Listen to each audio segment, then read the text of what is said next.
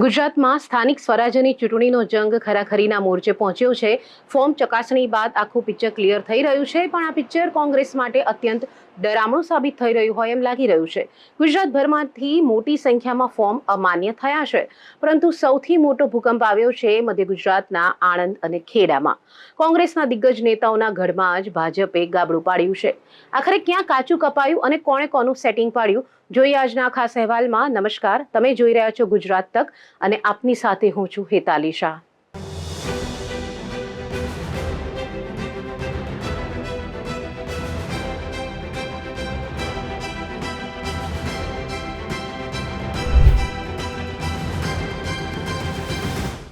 મધ્ય ગુજરાત એટલે કોંગ્રેસના ચાણક્ય ગણાતા ભરતસિંહ સોલંકી અને કોંગ્રેસ પ્રદેશ પ્રમુખ અમિત ચાવડાનો અભેદ્ય ગઢ। જો કે અભેદ્ય ગઢમાં ભાજપે સેંધ તો મારી જ દીધી છે, પણ આ વખતની સ્થાનિક સ્વરાજ્યની ચૂંટણીઓમાં ભાજપે એવી સ્ટ્રેટેજી બનાવી કે આ ગઢના કાંગરા ખરી પડ્યા છે। એક સમય હતો કે કોંગ્રેસની ખામ થિયરી ચૂંટણી જીતવામાં મહત્વપૂર્ણ સાબિત થતી હતી, પરંતુ ક્યાંક ને ક્યાંક પાયાના કાર્યકરોની અવગણના કહો કે પછી સગાવાત કહો, જેના કારણે કોંગ્રેસ પોતાનો ગઢ જ સાચવી શકવામાં અસમર્થ સાબિત થઈ રહી હોય એવું લાગી રહ્યું છે। આમ સૌપ્રથમ વાત કરીએ તો આણંદ જિલ્લાની, તો કોંગ્રેસના અભેદ્ય ગઢમાં ભલે ભાજપે સેંધ મારી હોય, પરંતુ અમિત ચાવડાનું ગઢ મજબૂત જ રહ્યો હતો, એટલે કે આંકલાવ અને બોરસદ। સ્થાનિક સ્વરાજ્યની ચૂંટણીમાં આંકલાવ અને બોરસદ પર કોંગ્રેસનો દબદબો જોવા મળતો હતો, પરંતુ છેલ્લા ઘણા સમયથી સ્થાનિક સ્વરાજ્યની સંસ્થાઓમાં પણ ક્યાંક ને ક્યાંક કોંગ્રેસ પોતાનું વર્ચસ્વ ગુમાવી રહી હોય તેમ લાગી રહ્યું છે।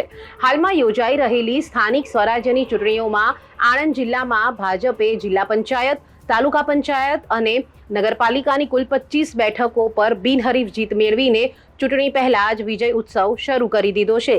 જે બેઠકો પર ભાજપે બિનહરીફ જીત મેળવી છે એની પર નજર કરીએ તો સોજિત્રાની પીપળાવ, તારાપુરની વરસડા, પેટલાદ નગરપાલિકાના વોર્ડ નંબર 3 અને 6 ની તમામ બેઠકો પર ભાજપ વન વે વિજેતા બન્યું છે, તો જિલ્લા પંચાયતની મહત્વની બેઠકો પર પણ કોંગ્રેસ મેદાન છોડી ગઈ હોય તેમ ભાજપ બિનહરીફ જાહેર થયું છે।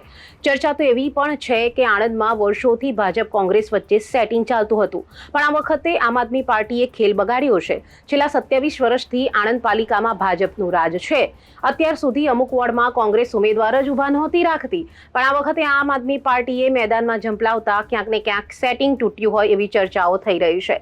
અને કરમસદ આણંદ મહાનગરપાલિકામાં કોંગ્રેસને ઉમેદવાર પણ નથી મળી રહ્યા, પણ આપના ઉમેદવારોને કારણે ભાજપની બાજી મુશ્કેલ બની રહી હોય તેવું દેખાઈ રહ્યું છે। સામે પક્ષે ભાજપે પણ મુસ્લિમ વિસ્તારોમાં ઉમેદવારો ઉતારીને કોંગ્રેસને પડકાર ફેંક્યો છે। જો કે રાજકીય ગલિયારોમાં ચર્ચાતી વાતો અનુસાર કોંગ્રેસે આ વખતે આણંદ કોર્પોરેશનમાં ટિકિટ ફાળવણીમાં મોટા પાયે માનીતાઓને મનપસંદ વોર્ડમાં ટિકિટની ફાળવણી કરી દીધી, પણ જે ઉમેદવારો જે વોર્ડમાં જીતી શકે એમ હતા એ વોર્ડમાં તેમને ટિકિટ આપવાની જગ્યાએ અન્ય વોર્ડમાંથી ટિકિટ આપી છે। કેટલાક કાર્યકરોએ મોડી મંડળની વાતને શિરોમાન્ય રાખી પોતાનો વોર્ડ છોડી બીજા વોર્ડમાં ચૂંટણી લડવાનું સ્વીકારી લીધું, તો કેટલાક કોંગ્રેસી કાર્યકરોએ જ્યાં જીતી શકે એમ હતા ત્યાં ટિકિટ ન મળતા અન્ય સ્થળે આપવાની વાત કરવામાં આવતા તેઓએ ચૂંટણી લડવાનો જ ઇનકાર કરી દીધો।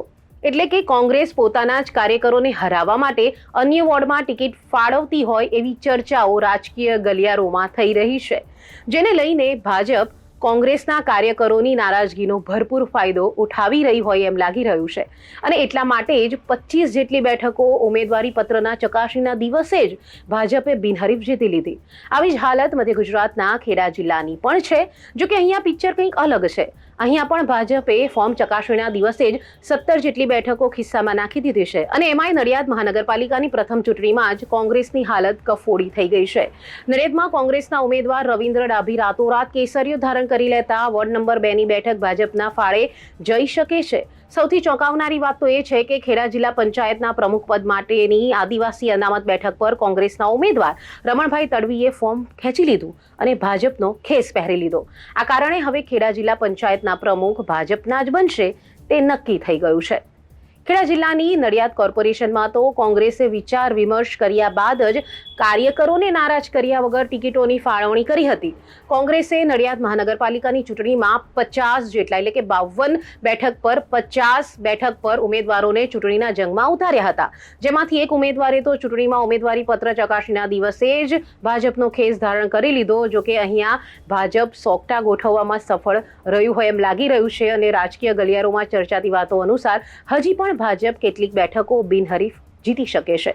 હવે જ્યારે ઉમેદવારો તૂટવા લાગ્યા ત્યારે કોંગ્રેસ હાઈકમાન્ડ એક્શન મોડમાં આવ્યું છે. નડિયાદના 25 જેટલા ઉમેદવારોને રાતોરાત અજ્ઞાત સ્થળે ખસેડી દેવામાં આવ્યા હોય તેવી માહિતી મળી રહી છે. સામ દામ દંડ ભેદની નીતિથી બચવા કોંગ્રેસે પોતાના 50માંથી 25 ઉમેદવારોને અંડરગ્રાઉન્ડ કરી દીધા છે. સરોજબેન મેકવાન અને કલ્પેશ પ્રજાપતિ સહિતના દિગ્ગજોને તોડજોડથી બચાવવા માટે આ રણનીતિ અપનાવાઈ છે તેમ લાગી રહ્યું છે. ખેડા જિલ્લા કોંગ્રેસ પ્રમુખનો સીધો આક્ષેપ છે કે ભાજપના સત્તાધારી પક્ષના નેતાઓ રાત્રે ઉમેદવારોના ઘરે જઈને ધમકાવી રહ્યા છે. આણંદમાં પણ સ્થિતિ આવી જ છે કે હવે કોંગ્રેસ પાસે જેટલા ઉમેદવારો બચ્યા છે તેટલા ઉમેદવારોને અજ્ઞાત સ્થળે ખસેડી દીધા છે કે જેથી ભાજપ ઉમેદવારોને તોડે નહીં. જોકે કોંગ્રેસની આ નીતિ અજ્ઞાત સ્થળે ખસેડવાની ઘણા સમયથી ચાલતી આવી છે, કારણ કે આ પહેલા રાજ્યસભાની ચૂંટણીમાં પણ કોંગ્રેસે આ પ્રકારે જ બધા ધારાસભ્યોને અજ્ઞાત સ્થળે ખસેડ્યા હતા. જોકે સ્થાનિક સ્વરાજ્યની ચૂંટણીમાં પણ કોંગ્રેસની એક સાંધતા તેર તૂટે જેવી સ્થિતિ જોવા મળી રહી છે. એક તરફ ભાજપ અને કોંગ્રેસ વચ્ચેના સેટિંગની ચર્ચાઓ ચાલી રહી છે તો બીજી તરફ કોંગ્રેસ દ્વારા આમ આદમી પાર્ટી અને ભાજપ વચ્ચેના સેટિંગની ચર્ચાઓ થઈ રહી છે. આ તમામ વચ્ચે સેટિંગ ગમે એનું હોય, પરંતુ ફાયદો તો ચોક્કસપણે ભાજપને થઈ રહ્યો હોય તેમ દેખાઈ રહ્યું છે.